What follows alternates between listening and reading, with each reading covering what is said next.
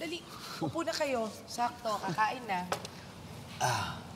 Ay, Yalay. Pasensya na ha. Wala kasing baboy at saka manok ngayon. Hindi pa ako namamalengke.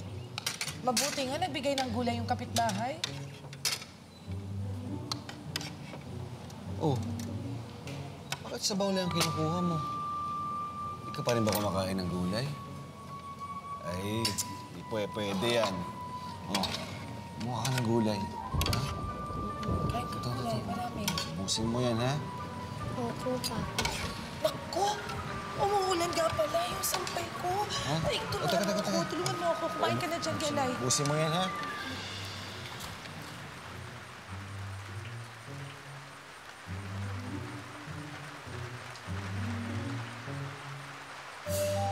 Pagkain pa rin yun. Dapat di mo sinasayang. Tsaka pinaghirapan nila yun.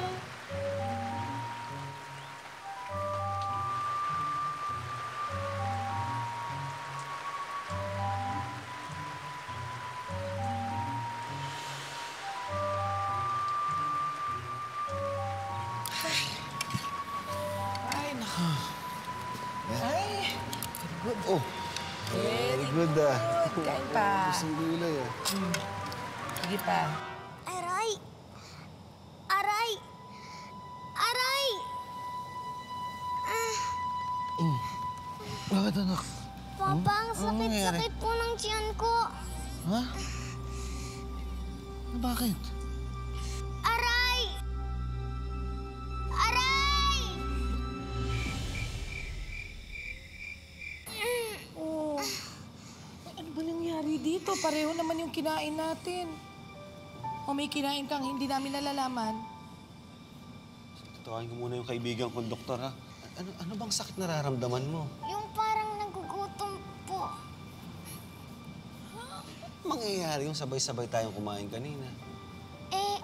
Kasi, Papa, Auntie Mitring, hindi ko po kinain yung ulam ko kanina. Binalik ko po. Ayun.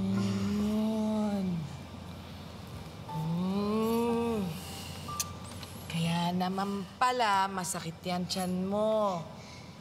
Nagugutom. Sige na. Kukuha kita na makakain mo, ha?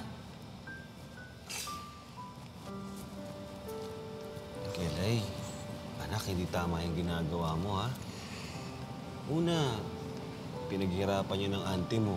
Pinagpagura niya yun, tapos babaliwalain mo lang. Pangalawa, hindi naman porket ayaw mo na yung pagkain, hindi ka nakakain.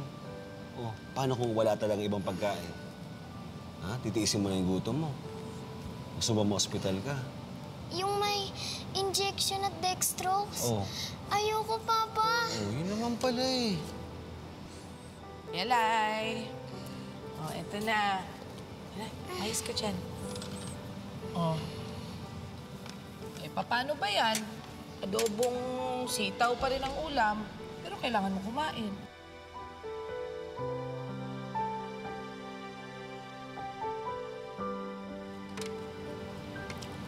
Ang sarap po pala nito. Yung sinasabi ko, dapat subukan mo muna bago mo ayawan. Eh, yung ibang bata nga walang makain eh. Kaya ikaw, dapat nagpapasalamat ka sa blessing ni Lord, ha? O sige na, mag-pray ka na. Thank you for the food and the hands who prepared them. Amen. Sige na.